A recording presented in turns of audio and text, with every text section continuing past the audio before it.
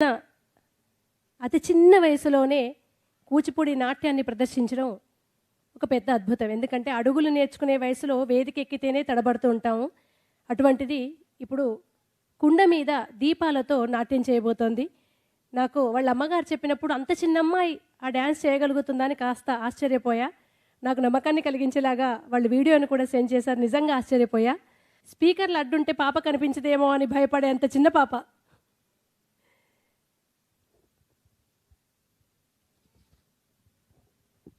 Ring and కుండ, దీపం ఈ మూడిటితో ప్రదర్శన చేయనుంది.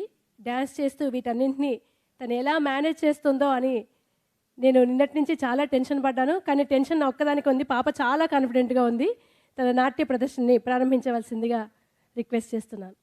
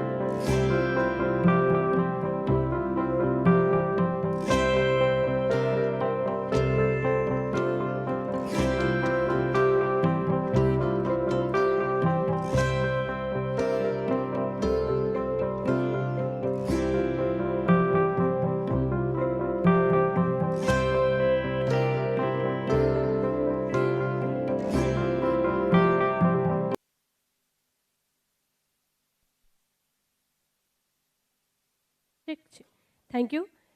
సోషల్ మీడియా చూసే వాళ్ళందరికీ ఈ మీమ్స్ ఐడియా ఉంటాయి. ఆ వయసులో స్కూల్కి వెళ్ళమంటే ఎట్లా స్కూల్ ఎగ్గొడదామా అని ఏడ్చే వయసు.